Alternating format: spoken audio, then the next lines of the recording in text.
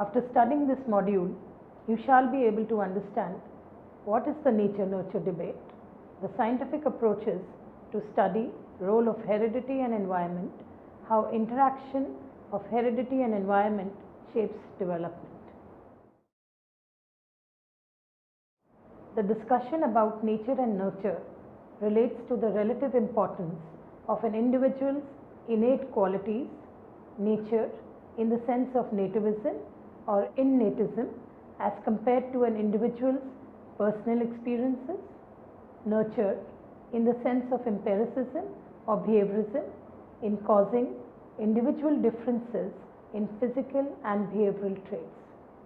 The concepts of innatism and empiricism may be inferred to as genetic determinism and environmentalism respectively. Parul was born with grey eyes and black hair. She inherited the color of her eyes from her mother and her hair was like her father's. When we use the term inherited, it means the traits which Parul has acquired from her parents and grandparents. This is called heredity. It provides the basis for the development of human personality. Heredity is what a person is born with. It is a specific combination of genes we inherit and is shown in characteristics like height and certain habits. Parents of Sneha and Parul were very affectionate to them. They always encouraged them to explore their potential and served as good role models. They provided them with good books to read and toys to play with. Environment includes all aspects of your surroundings, that is human, non-human, such as parents, family, friends, school, neighborhood, workplace, socio-economic conditions, and everything to which the individual is exposed since birth. These factors influence the development of an individual. The child's capabilities, potential are determined by heredity, but the extent to which an individual develops these capabilities depends upon the opportunities in the environment.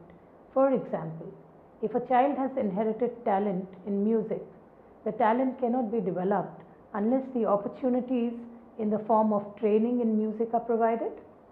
It is therefore important that children are given a chance to explore their potential and nurture their talent.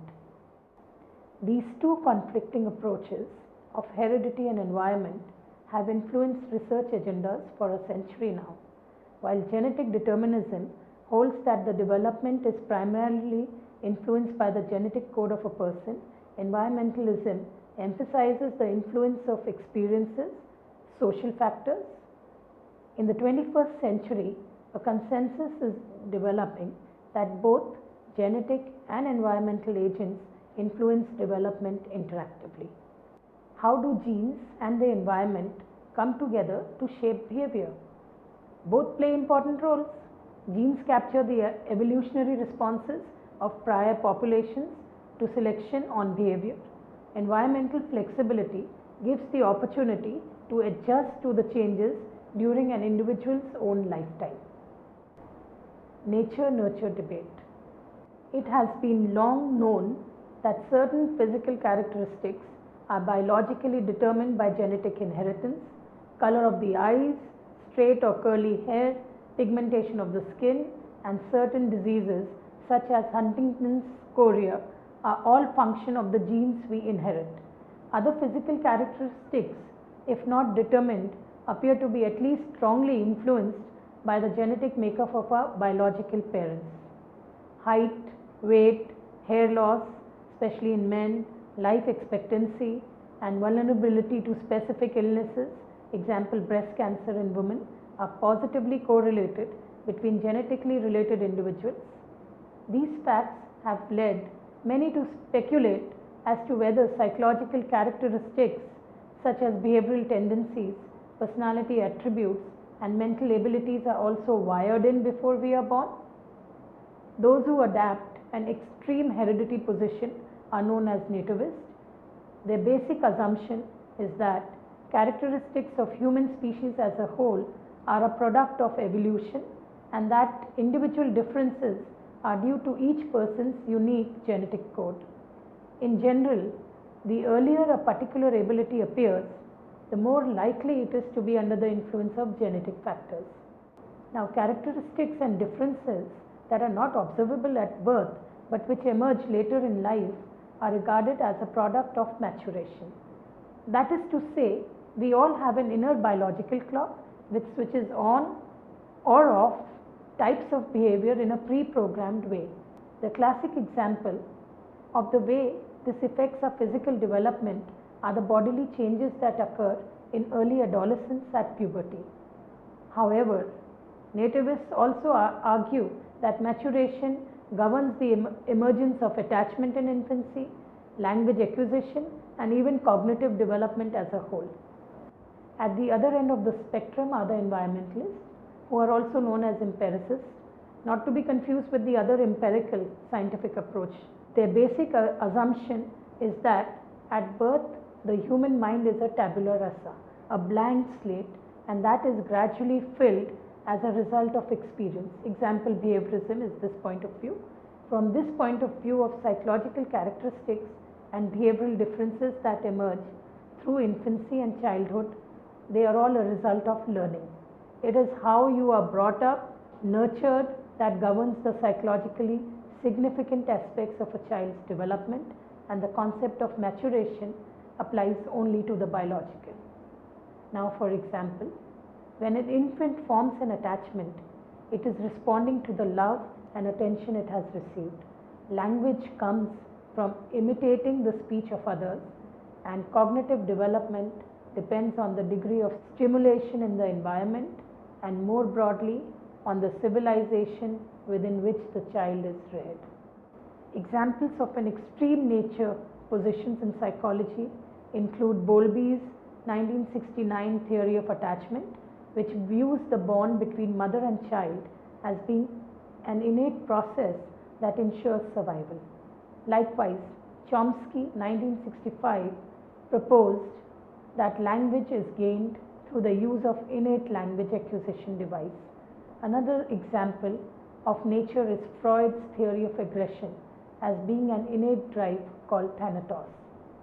In contrast, Bandura's 1977 social learning theory states that aggression is learned from the environment through observation, imitation. This is seen in his very famous Bobo doll experiment, Bandura 1961. Now, also Skinner 1957 believed that language is learned from other people via behavior shaping techniques. In practice, hardly anyone today accepts either of the extreme positions. There are simply too many facts on both sides of the argument which are inconsistent with an all or nothing view. So instead of asking whether child development is down to nature or nurture, the question has been reformulated as how much. This is to say, given that heredity and environment both influence the person we become, which is the more important? The question was framed by Francis Galton in the late 19th century. Galton himself, a relative of Charles Darwin, was convinced that intellectual ability was largely inherited and the tendency for genius to run in families was the outcome of a natural superiority. This view has cropped up time and time again in the history of psychology and has stimulated much of the research into intelligence testing, particularly on separated twins and adopted children. A modern proponent is the American psychologist Arthur Jensen. Finding that the average IQ of black Americans was significantly lower than the whites, he went on to argue that genetic factors were mainly responsible, even going as far as to suggest that intelligence is 80% inherited. The storm of controversy that developed around Jensen's claims was not mainly due to logical and empirical weakness in his argument.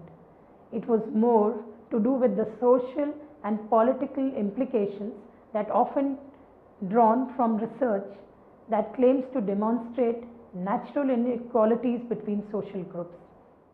Galton himself in 1883 suggested that human society could be improved by better breeding. In the 1920s, the American Eugenics Society campaigned for the sterilization of men and women in psychiatric hospitals. Today in Britain, many believe that the immigration policies are designed to discriminate against black and Asian ethnic groups. However, the most chilling of all implications drawn from this view was the natural superiority of one race over another took place in the concentration camps of Nazi Germany. For many environmentalists, there is a barely disguised right-wing agenda behind the work of the behavioral geneticists. In their view, part of the difference in the IQ scores of different ethnic groups are due to inbuilt biases in the methods of testing. More fundamentally, they believe that differences in intellectual ability are a product of social inequalities in access to material resources and opportunities. Now, to put it simply, children brought up in the ghetto tend to score lower on tests because they are denied the same life chances as more privileged members of society. Now we can see why the nature-nurture debate has become such a hotly contested issue. What begins as an attempt to understand the causes of behavioral differences often develops into a politically motivated dispute about distributive justice and power in society. What's more, this doesn't only apply to the debate over IQ, it is equally relevant to the psychology of sex and gender, where the question of how much of the alleged differences in male and female behavior is due to biology and how much is due to culture is just as controversial. However, in recent years, there has been a growing realization that the question of how much behavior is due to heredity and how much to the environment may itself be the wrong question. Take intelligence as an example. Like almost all types of human behavior, it is complex, many-sided phenomena which reveals itself or not in a great variety of ways. The how much question assumes that the variables can all be expressed numerically and that the issue can be resolved in a quantitative manner. The reality is that nature and culture interact in a host of qualitatively different ways. It is widely accepted now that heredity and the environment do not act independently. Instead of defending extreme nativist or nurturist views, most psychological researchers are now interested in investigating the ways in which nurture and nature interact. For example, in psychopathology, this means that both a genetic predisposition and an appropriate environmental trigger are required for a mental disorder to develop. Approaches to study role of genes and environment. To disentangle the effect of genes and environment, behavioral geneticists perform adoption and twin studies. They seek to decompose the variations in a population into genetic and environmental components. This move from individuals to populations makes a critical difference in the way we think about nurture and nature. Scientific approaches also seek to break down variance beyond two categories of nurture and nature. Thus, rather than nurture, behavior geneticists distinguish shared family factors, that is, those shared by siblings make them more similar, and non-shared factors, that is, those that uniquely affect individuals, making siblings different. To express the portion of the variance due to nature component, behavioral geneticists generally refer to heritability of a trait. With regard to personality traits and adult IQ in the general US population, the portion of the overall variance that can be attributed to shared family effects is often negligible.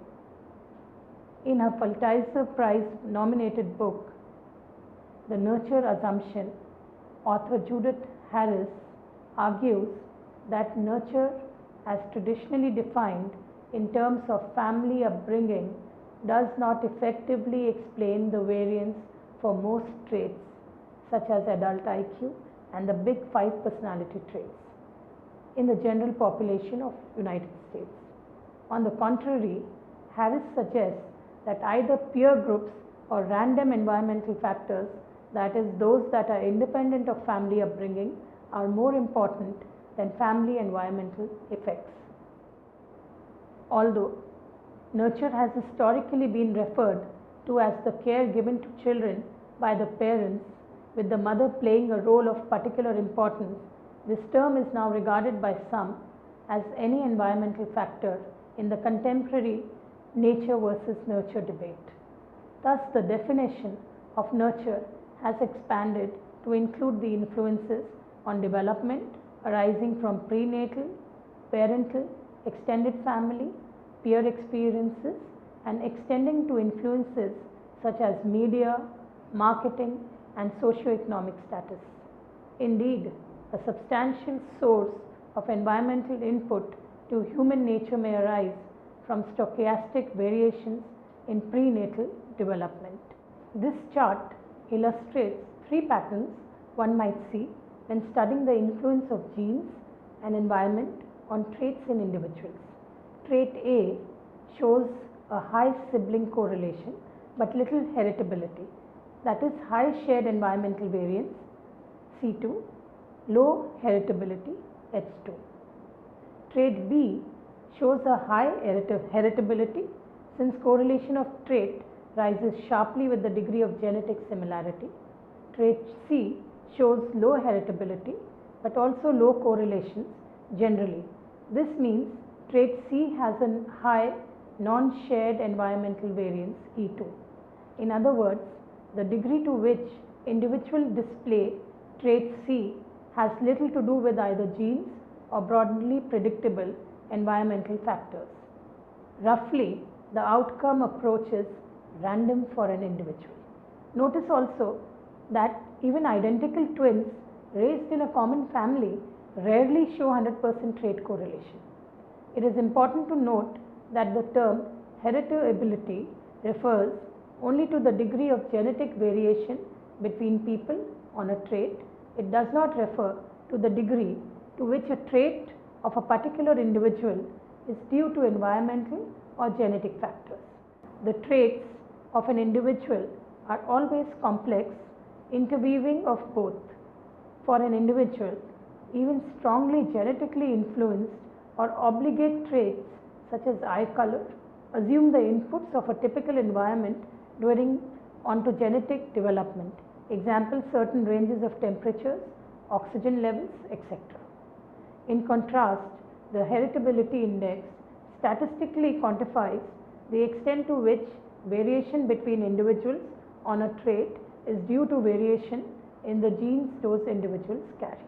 In animals, where breeding and environments can be controlled experimentally, heritability can be determined relatively easily. Such experiments would be unethical for human research.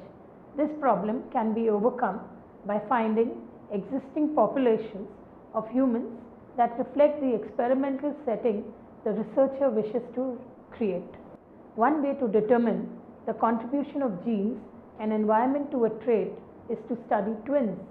In one kind of study, identical twins reared apart are compared to randomly selected pairs of people. The twins share identical genes but different family environments. In another kind of twin study, identical twins reared together who share family environment and genes are compared to fraternal twins reared together who also share family environment but only share half their genes. Another condition that permits the dissociation of genes and environment is adoption. In one kind of adoption study, biological siblings reared together who share the same family environment and half their genes are compared to adopted siblings who share their family environment but none of the genes. In many cases, it has been found that genes make a substantial contribution, including psychological traits such as intelligence and personality.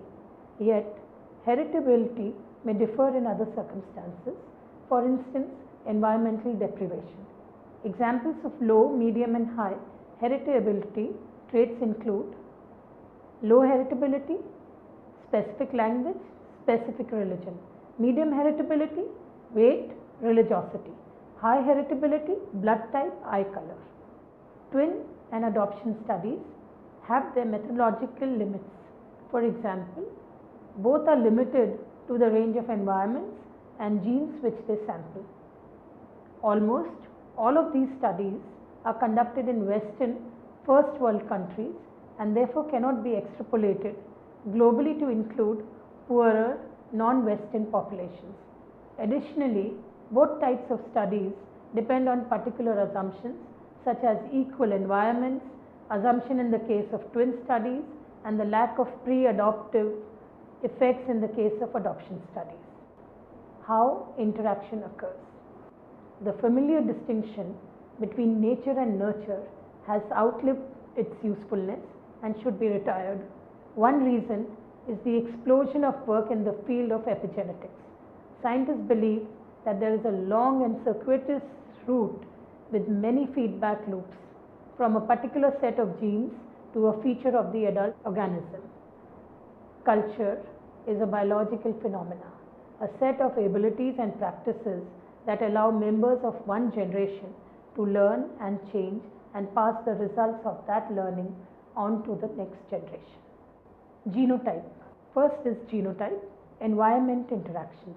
These refer to the ways that genetic tendencies become correlated with particular environments.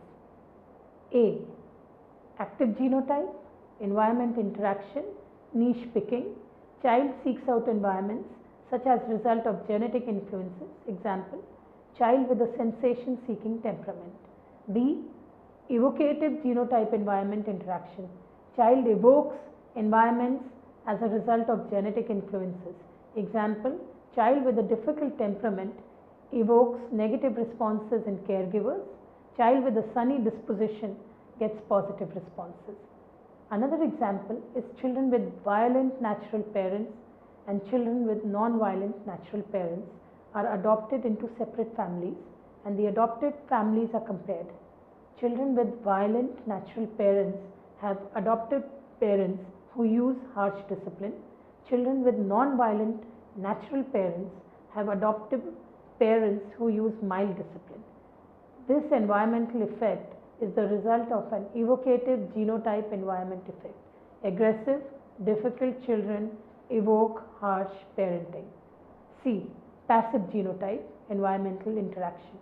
Child is a passive recipient of environments which fit with his/her genotype. Example, intelligent parents have child with genetic potential for intelligence. Parents also provide a great deal of intellectual stimulation which meshes with the child's genetic potential. Shared environmental influences. These refer to the environmental influences shared by children in the same family. Example, children in the same family go to the same school, have same alcoholic mother, etc., etc. Unshared environmental influences.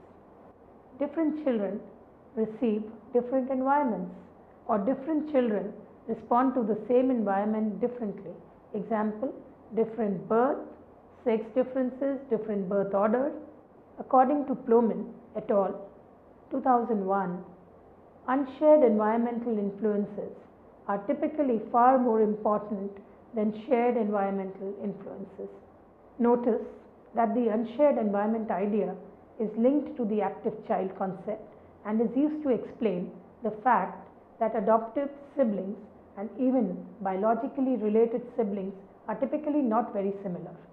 As the text says, clearly researchers in individual differences can no longer assume a homogeneous home environment for all siblings. Be alert to this fact when you read the reports and conclusions of such studies. Reaction range.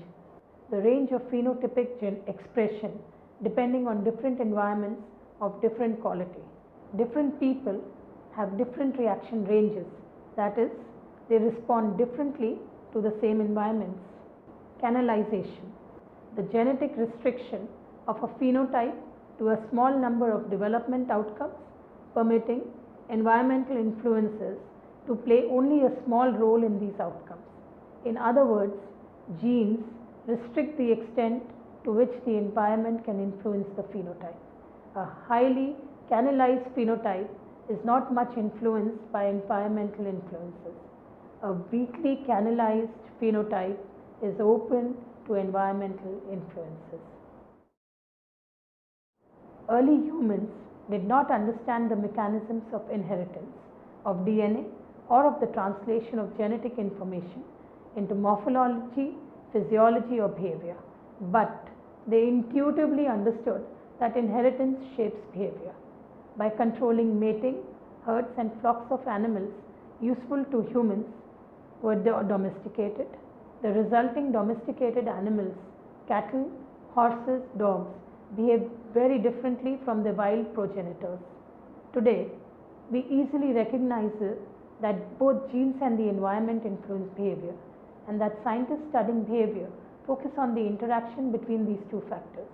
Genes, via their influences on morphology and physiology, create a framework within which the environment acts to shape the behavior of an individual.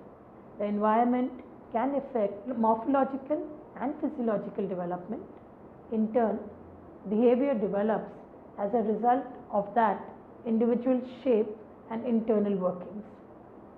Genes also create the scaffold of learning, memory and cognition, remarkable mechanisms that allow humans to acquire and store information about their environment for use in shaping their behavior.